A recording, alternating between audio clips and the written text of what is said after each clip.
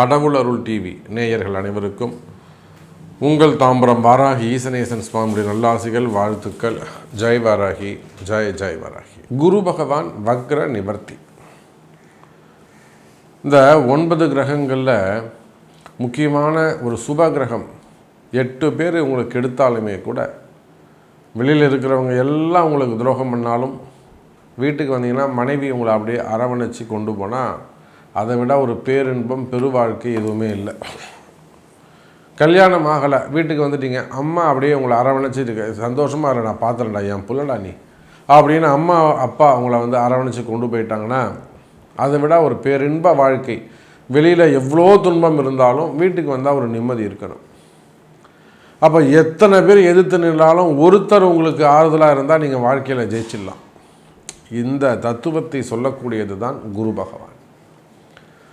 அப்போ எத்தனை கிரகங்கள் எதிரியாக இருந்தாலும் இந்த குரு மட்டும் உங்களுக்கு அனுகிரகமாக இருந்துட்டாருன்னா, சப்போர்ட்டாக இருந்துட்டாருன்னா, நீங்கள் வாழ்க்கையில் ஜெயிப்பது உறுதி. அப்பேற்பட்ட இந்த குரு பகவான் போன நவம்பர் மாதம், அதாவது கார்த்திகை மாதம் வக்ரகதிக்கு சென்றார். டிசம்பர், ஜனவரி, பிப்ரவரி, மார்ச் இந்த 4 மாதங்களாக குரு பகவான் வக்ரகதியில் இருக்கிறார்.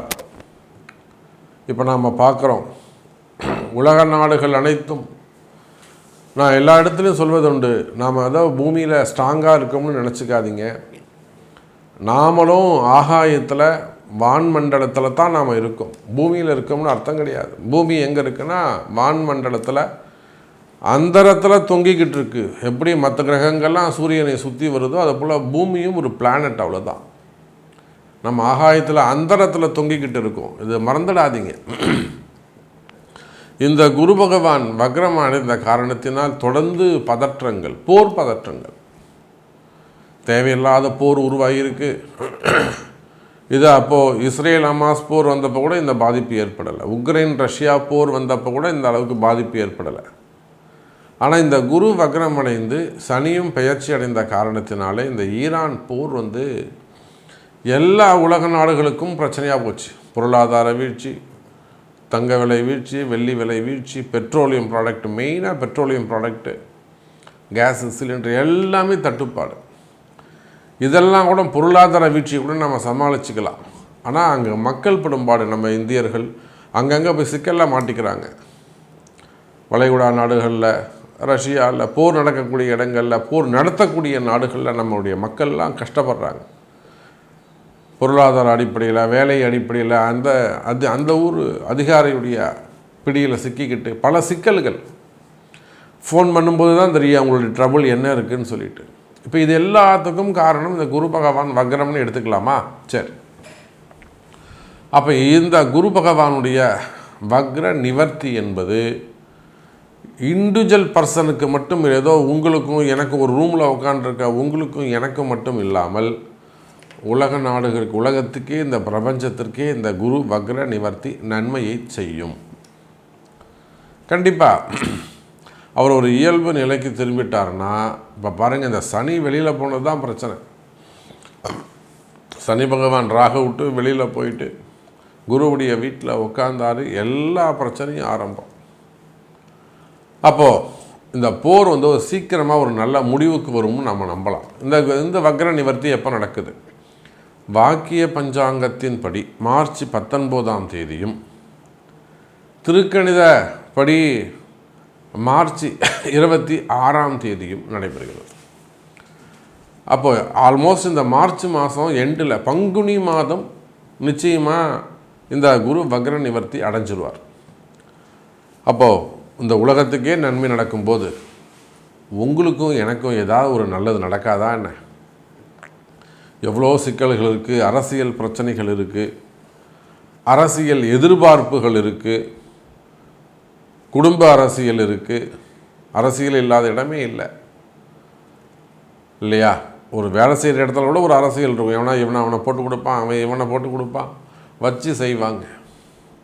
கோத்த விட்றது, கலகம் பண்ணி விட்டுறது, மனக்குழப்பத்தை ஏற்படுத்துவது, டாமினேட் பண்ணுவது, அவனை போட்டு அமுக்கிறது, மிரட்டுறது, பிளாக்மெயில் பண்ணுறது, அதாவது இன்சல்ட் பண்ணுறது, ரெகக்னைஸ் பண்ணாமல் இருக்கிறது, இது எல்லாமே அரசியல் தான்.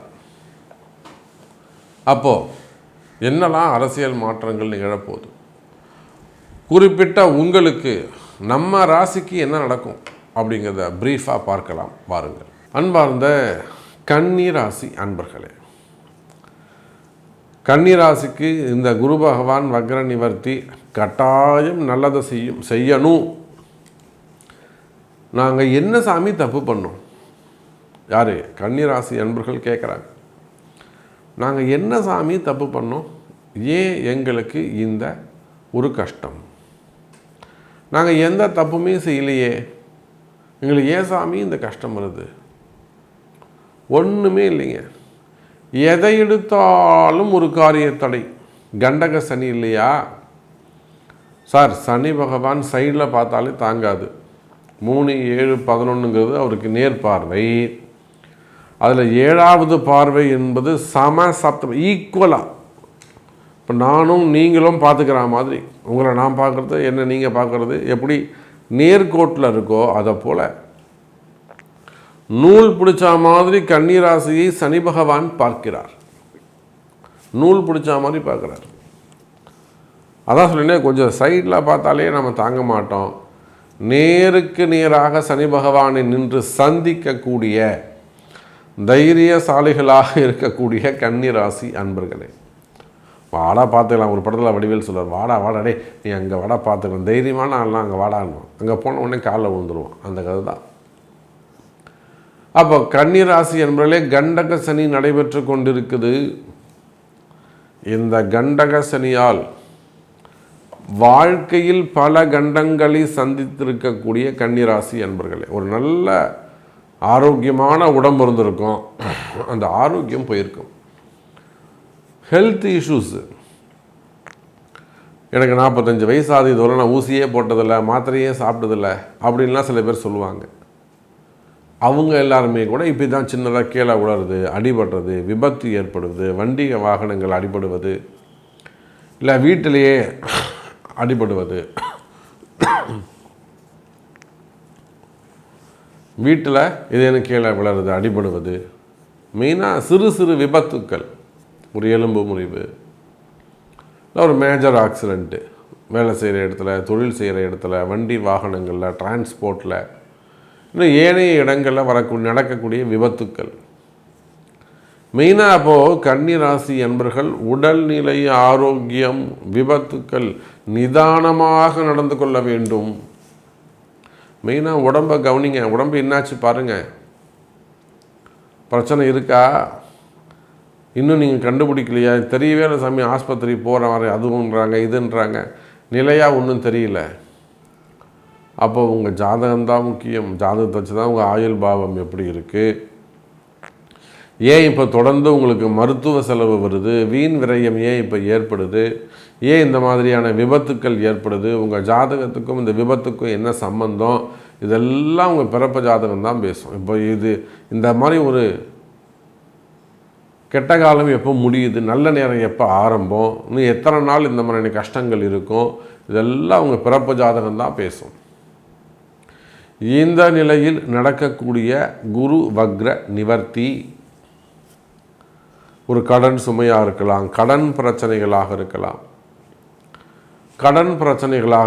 வம்பு வழக்குகளாக இருக்கலாம், குடும்ப பிரச்சனைகளாக இருக்கலாம். மெயினாக கடன் சுமைகள், கடன் பிரச்சனைகள்.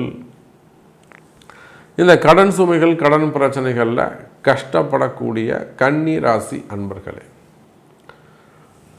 ஒரு பெரிய பிஸ்னஸ் பண்ணுறீங்க, ஒரு 30 கோடி 40 கோடி கடன் இருக்குது, உங்களுக்கு என்ன செய்கிறதுன்னு தெரியல. அல்லது ஒரு 300 கோடி 400 கோடி டிரான்சாக்ஷன் பண்ணுறீங்க, வருஷத்துக்கு ஒரு 100 கோடி டிரான்சாக்ஷன் பண்ணுறீங்க, என்ன செய்கிறதுன்னு தெரியல. இடப்பிரச்சனையா, இடதோஷங்களா, எது பிரச்சனைன்னு தெரில சாமி. இடம் ராசி இல்லாமல் இருக்கா, குடியிருக்கக்கூடிய வீடா, ஃபேக்ட்ரியா, எந்த பூமி சரியில்லைன்னு தெரியல, இடதோஷங்கள். அப்போ பெரிய பெரிய டிரான்சாக்ஷன் செய்யக்கூடியவங்க, வருஷத்துக்கு ஒரு 100 கோடி 200 கோடி 300 கோடி டிரான்சாக்ஷன் பண்ண, 1000 கோடி வரலும் டிரான்சாக்ஷன் பண்ணக்கூடியவங்க, பெரிய பிஸ்னஸ் பண்ணக்கூடியவங்க, எம்எல்எம்மாக இருக்கலாம், ஸ்டார்ட் அப் பிஸ்னஸாக இருக்கலாம், ஐடி பிஸ்னஸாக இருக்கலாம், ஃபேக்ட்ரிஸாக இண்டஸ்ட்ரியலாக இருக்கலாம், மேனுஃபேக்சரிங்காக இருக்கலாம். அப்போ எந்த தொழில் செய்பவராக இருந்தாலும் சரிதான், நீங்கள் எந்த கண்ட்ரியில் இருந்தாலும் சரிதான்.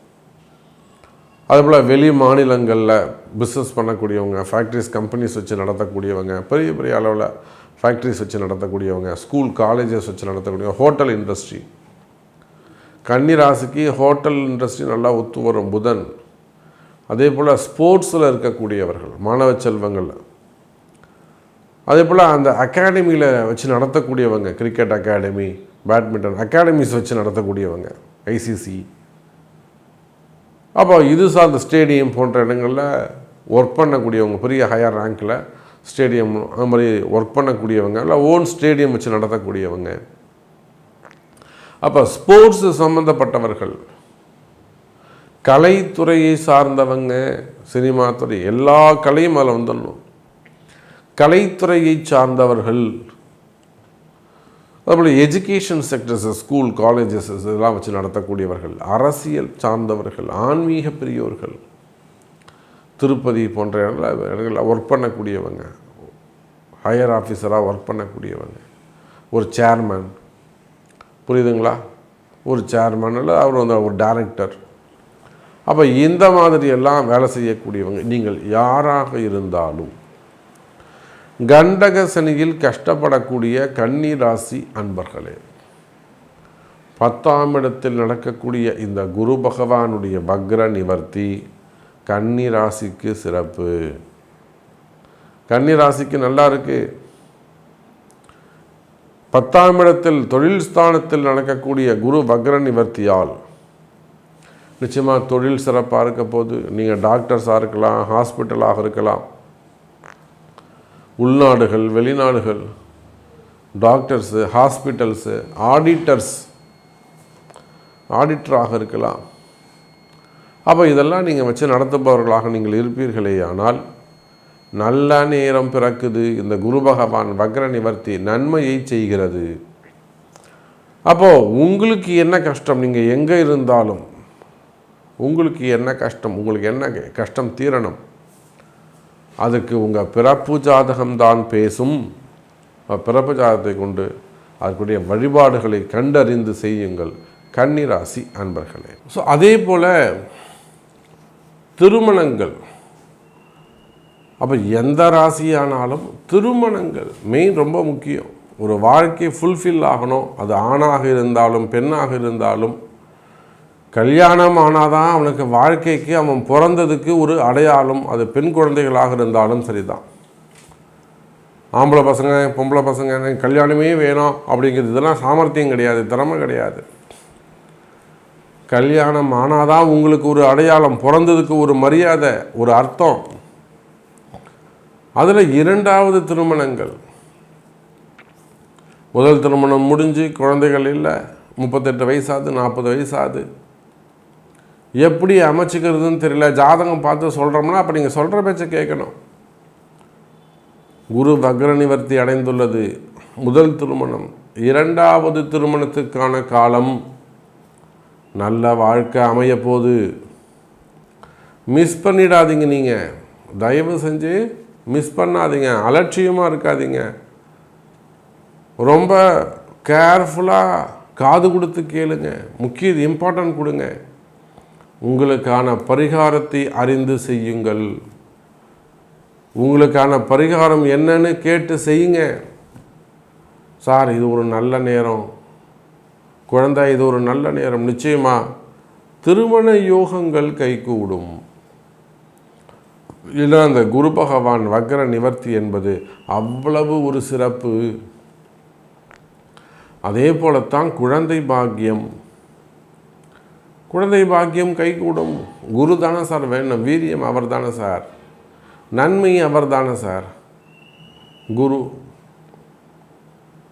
குழந்தை பாக்கியம் உண்டு.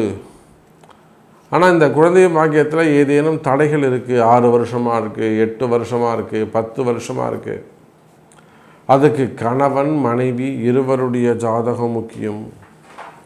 இப்போ கூட நியர்பையாக ஆஸ்திரேலியாவிலேருந்து ஒரு தம்பதி, ஒரு பெண் குழந்தை 33 வயசாகுது, வீட்டுக்காரர் ஒரு ப்ரொஃபஸராக இருக்காங்க, கால் பண்ணாங்க, 2 பேர் ஜாதகமும் பார்த்தோம், ஒரு பரிகாரம் சொன்னோம், செஞ்சாங்க, நல்ல செய்தி சொல்லியிருக்கிறாங்க. அது ட்ரீட்மெண்ட்டாக இருக்கலாம், ட்ரீட்மெண்ட்டுக்கு போகலாமா போகக்கூடாதா, இயற்கையாகவே எத்தனையோ அன்பர்களுக்கு இயற்கையான முறையில் குழந்தை பிறக்குது. இதெல்லாம் வாராகியுடைய ஆசீர்வாதம். அப்போது குழந்தை பிறப்புக்கான காலம், குழந்தை பாக்கியம் உருவாகும். இது போல் பல நன்மைகள், பல பாக்கியங்கள் உங்களுக்கு காத்திருக்கிறது. ஸோ உலகம் முழுவதும் வாழக்கூடிய நண்பர்களே, இந்த குரு பகவானுடைய வக்ர நிவர்த்தி உங்களுக்கு எல்லா நன்மைகளையும் செய்யட்டும், எல்லா வளங்களையும் உங்களுக்கு கொடுக்கட்டும். குறிப்பாக நிம்மதி, வருமானம், ஆரோக்கியம், இந்த 3ம் இருந்தால் இறைவன் உங்கள் கூடவே இருக்கிறதா அர்த்தம். இதுக்கு குறைவில்லாமல் பார்த்துக்குங்க, நிச்சயமாக நல்லதே நடக்கும். ஜெய் வராகி. கடவுள் அருள் டிவியை பார்த்தமைக்கு நன்றிகள். மேலும் இது போன்ற தகவல்களை தெரிந்து கொள்ள கடவுள் அருள் டிவியை சப்ஸ்கிரைப் செய்யுங்கள். மறக்காமல் பெல் ஐக்கானை கிளிக் செய்யுங்கள்.